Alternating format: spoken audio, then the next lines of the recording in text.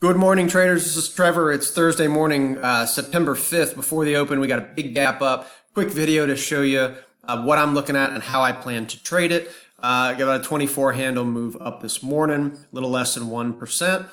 The reason is we had this big headline late last night. China and U.S. agreed to meet for trade negotiations in October. No meeting or no details have been confirmed, as it shows here. But this market is so hung up on the trade war, understandably so, that anything that's not bad, any headline that's not negative, is viewed as a positive and is really going to push the market higher. So here's where we're at. Let me do this.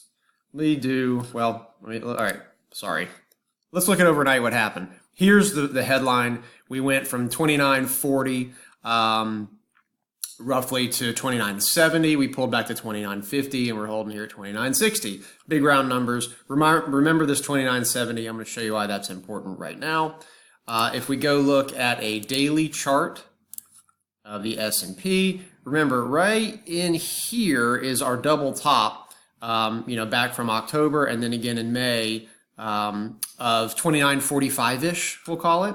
And our current trading range, let me blow it up, has been right here. This 29.40. On the upside, at this 50-day moving average, this red line overhead. So now let's put in perspective. Remember, we closed yesterday right at that resistance, 29.38. Let's look at what happens where we're going to open today. These are the futures, the S&P futures. Here's our 29.40 area of resistance, yesterday's close, and look at that. We jumped right up to 29.70. Remember I told you to keep that number in your head? Well, look right here. This was previous support. This 29.69 to 29.71 was resistance here. We broke through, it was support, it was support, it was support, and then it was support on a close, and then we lost it the next day.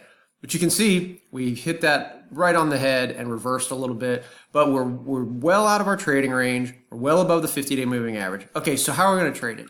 Well, here's the thing. The 5-day moving average is going straight up.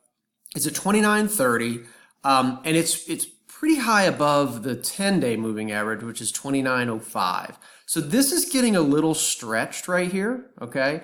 And then price is far above the 5-day. So what that means to me is I think the upside here is somewhat limited in the very short term. I'm talking about today, tomorrow. Now we are going into a weekend, and on positive headlines like this, I mean, markets like to make highs on Thursdays.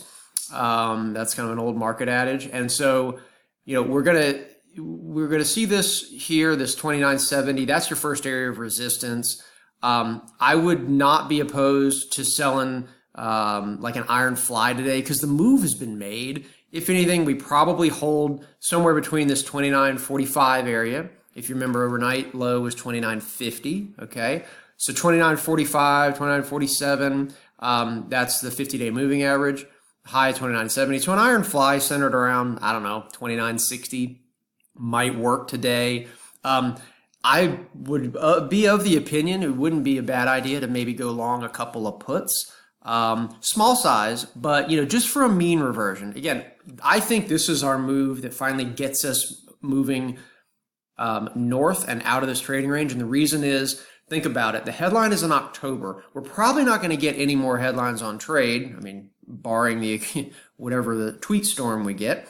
But they've set the table that the headlines are don't expect a lot until October, right? Well, that's over a month away, depending on when the meeting is. So we have some nice room to make this new leg higher into new highs, or at least to approaching them, setting up the anticipation. So long some puts potentially, small size.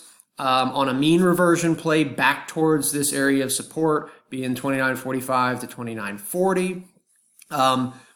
Selling some call spreads I'm not too scared of here above 29.70. I'd like to be probably in the 29.80, 29.90 range if I was going to do that. Or a fly centered somewhere between 29.50 and 29.60, maybe 65. would probably be a good trade for today. All right, see you guys at the open.